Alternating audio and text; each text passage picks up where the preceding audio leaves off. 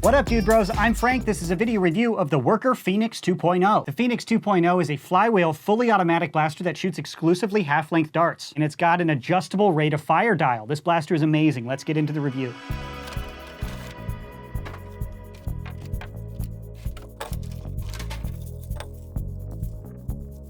Included is the blaster, some assembly required, magazine, short darts, and instructions.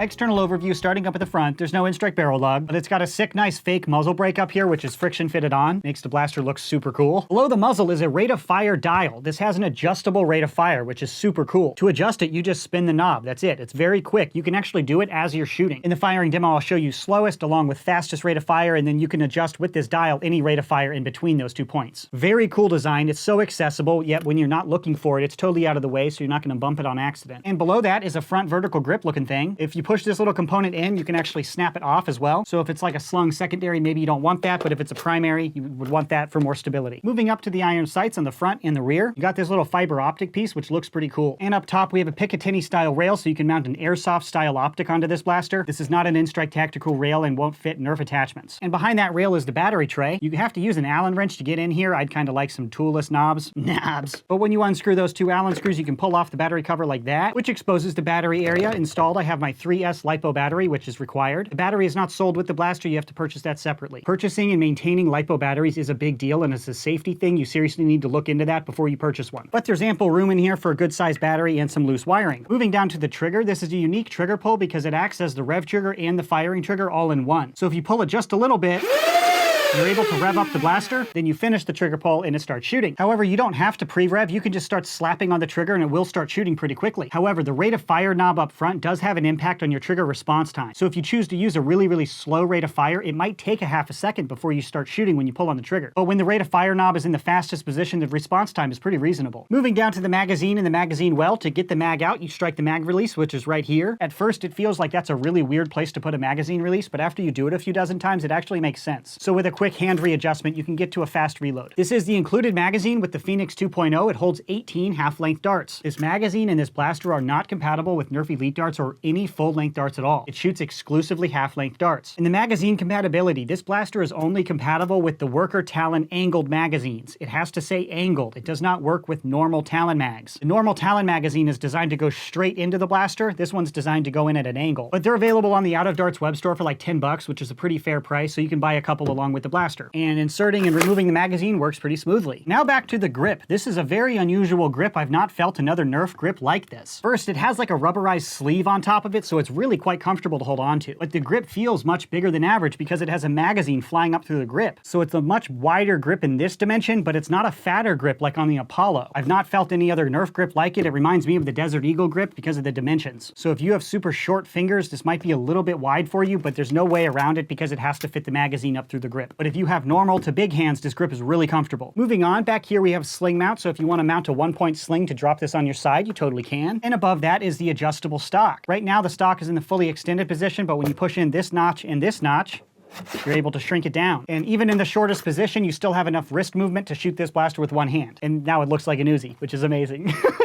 And if you have no interest at all in running this as a primary, you can actually unscrew this little thing down here and pull the stock completely off. So pulling off that stock just reduces clutter a little bit to make it a little smaller. This is how I would totally run it on a 1-point sling if it was going to be a secondary instead of my primary. That is an external overview of the Phoenix 2.0. Now I'll show you it firing. Starting with Worker half-length darts, and the rate of fire switch is at fastest rate of fire.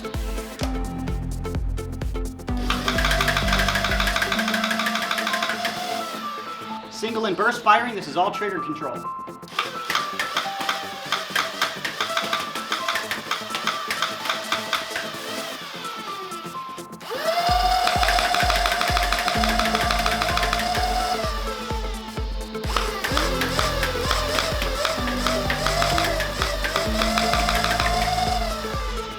Toying with rate of fire, slowest.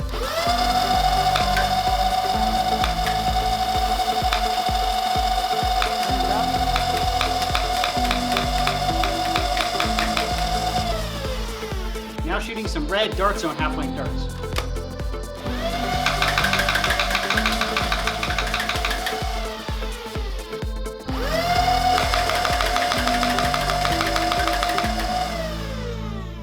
Operating this blaster was so much fun. It is so cool to have this much firepower in a one-handed blaster. The trigger feels great, the magazine reloads were great, but I did not experience any jams or malfunctions with this blaster, which really surprised me given all the cool stuff they've built into this. A few notes about the performance and what I experienced during my testing procedure. First, the adjustable rate of fire knob is the coolest thing ever. Most of the time I kept it in the fastest speed because that's just how I roll. I want to go fast. But it's worth noting if you want to shoot at a low rate of fire, it will change your trigger response time. So if you have it on the slowest setting, it takes like almost a whole second to fire when you start holding down the trigger, compared to in the fastest speed, when you touch the trigger, it fires very quickly, like it should. Also worth noting, this burned through my batteries, like ridiculously fast. But inside of this are 3 sets of flywheels. It's not just one flywheel. And having all those flywheels has an impact on battery life. I was surprised. It ate through the battery pretty quickly. So if you get one of these, buy a couple extra batteries and have them charged up ready to go. And because I was switching through batteries, I got really annoyed at having to use an Allen key to get into this battery tray. Having toolless little knobs right here would have been way more practical in my opinion. But no other firing notes or any other jams or malfunctions. To compare this blaster to others, I put it up on my chronograph. With Adventure Force half-length darts, 160 feet per second. With Dart Zone Red half-length darts, 164 feet per second. With Worker half-length darts, 164 feet per second. And for this chrono test, I pre-revved and fired every shot at max RPM. If you just peck on the trigger, you're going to shoot about 145 FPS, which is about a 20 FPS drop. So pre-revving does give you an advantage, but 140 FPS is still pretty dang fast. And that's obviously way above the 70 FPS Elite par. This is in a whole different realm. That is the objective information I can provide on this blaster. Now to my personal opinion. Overall, I love this thing. It operates really well, it has cool technology, and it feels amazing. I love the adjustable rate of fire knob. This needs to be a new norm for every full auto blaster in the aftermarket scene. Just being able to flip that on the fly, you don't have to open anything up, you don't have to reprogram, you just turn the dial and keep shooting. It's super easy. The blaster's ergonomics are really good. Initially, I kind of thought they were weird. I really had to adjust to it. So if you don't like it at first, play with it for at least an hour before you let your judgment set in. It's small, it's compressed, it's a subgun. It's not supposed to be a full-size rifle. But man, my opinion of this one is very high. They did everything I wanted plus more. Now to the question to buy or not to buy. If you're a factory class nerfer and you only shoot full-length darts under 100 FPS, this blaster is not designed for you. So if that's you, I really don't recommend you purchase this one, at no fault of the blaster at all. It's just not built for that. But if you're not a factory class nerfer and you're an outdoor nerfer shooting half-length darts at about 150 FPS and all your friends are as well,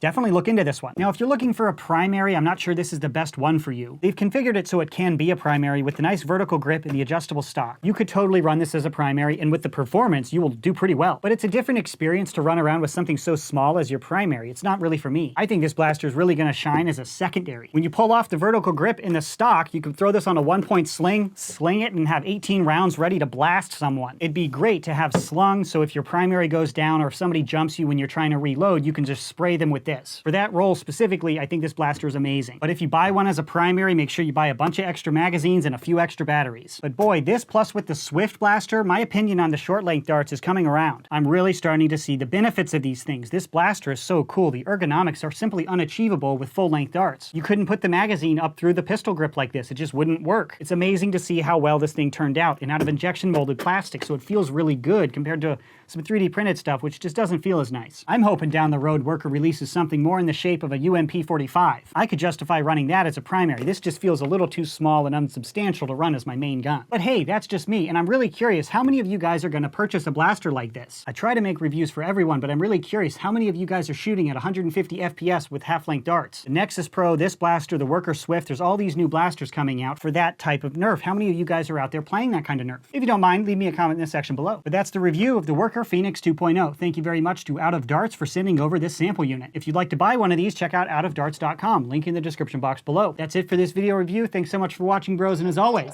stay tactical.